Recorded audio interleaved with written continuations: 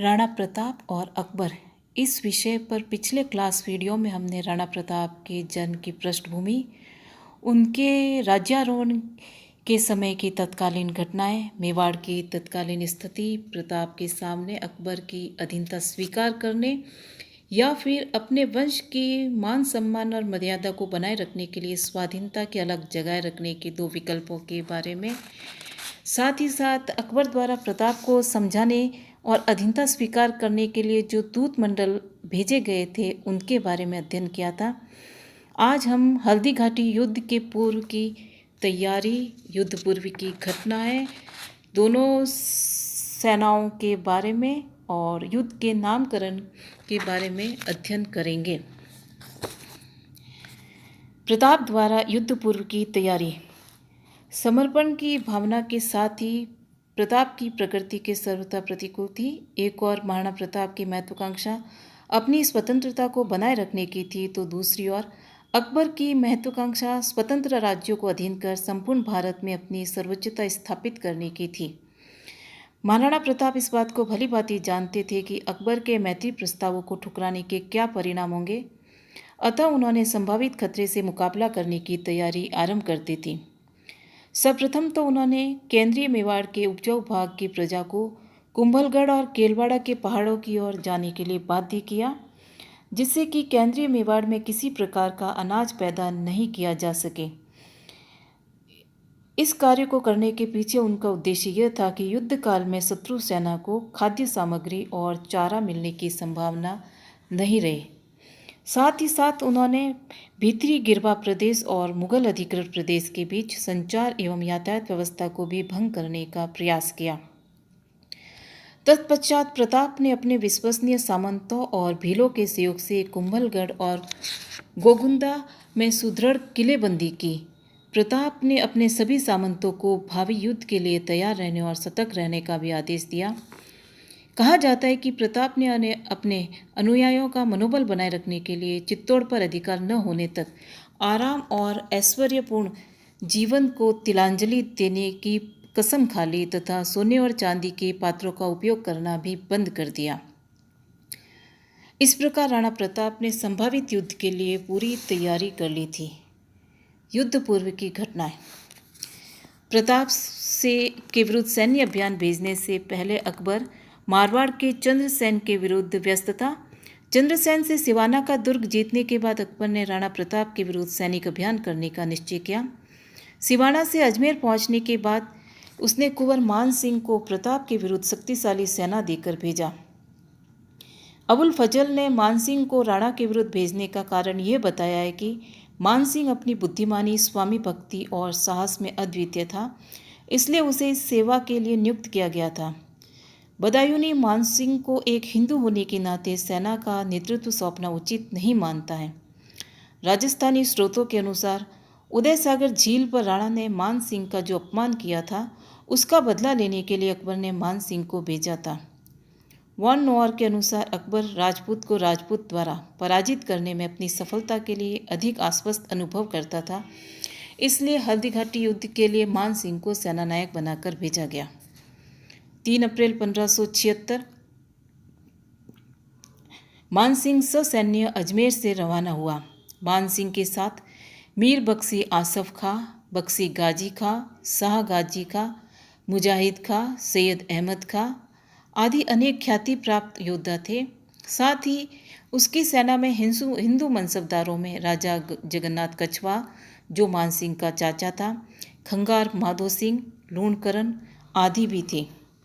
मान सिंह अजमेर से चलकर ससैन्य मांडलगढ़ पहुंचा और वहां उसने लगभग 2 माह तक अपना पड़ाव डाला।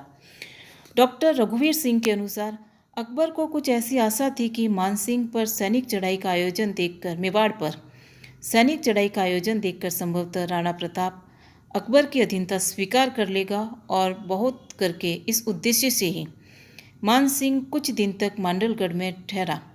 लेकिन उपलब्ध साक्ष्यों के अनुसार मान सिंह के पास उस वक्त सेना की कमी थी और उसे अतिरिक्त कुमुक की प्रतीक्षा थी।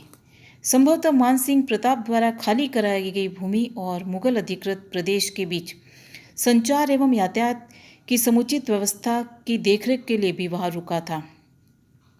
मानसिंह का यह भी अभिप्राय हो सकता है कि शाही सेना देखकर शायद राणा का धैर्य टूट जाए और वह शाही सेना पर आक्रमण कर दे।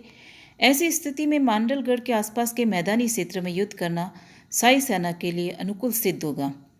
लेकिन महाराणा प्रताप मानसिंह के इस अभिप्राय को समझ गए थे। उन्होंने अपने सरदारों की सलाह से गिरवा घाटियों में ही मुगल सेना से टक्कर लेने का निश्चय किया और वे गोगुंदा आ गए।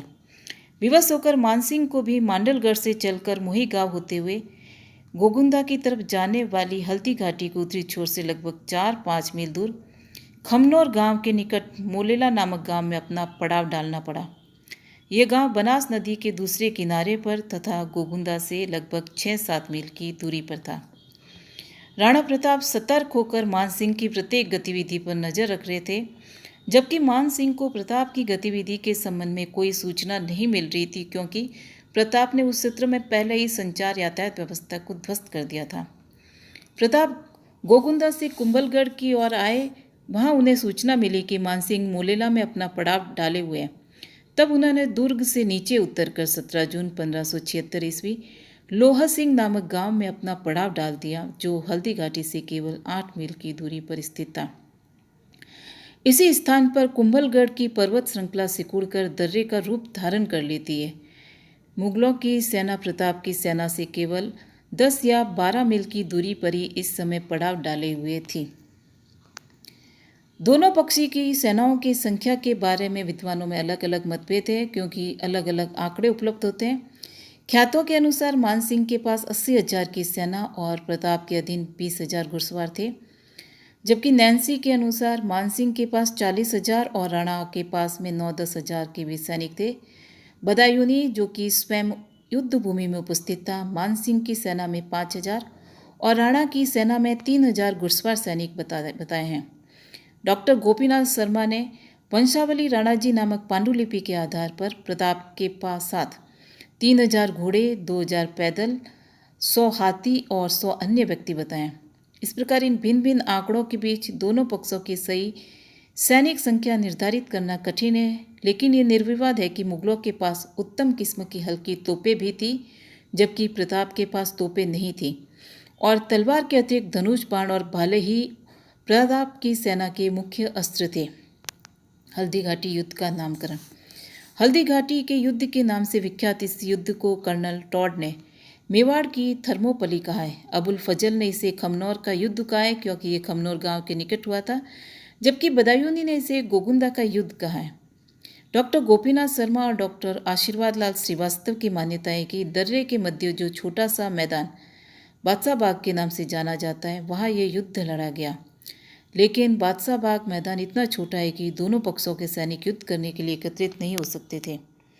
बदायूं ने लिखा है कि राणा की सेना पीछे घाटी से आई थी। संकेत मिलता है कि युद्ध हल्दी घाटी के दर्रे के मुहाने के बाहर घाटी और खमनौर गांव के मध्य हुआ था। खमनौर के पास ही हल्दी घाटी के दर्रे का छोर है, इसीलिए अबुल फजल ने इसे खमनौर का युद्ध कहा है, जिसे हम सब हल्दी घाटी के युद्ध के नाम से जाने जाते हैं।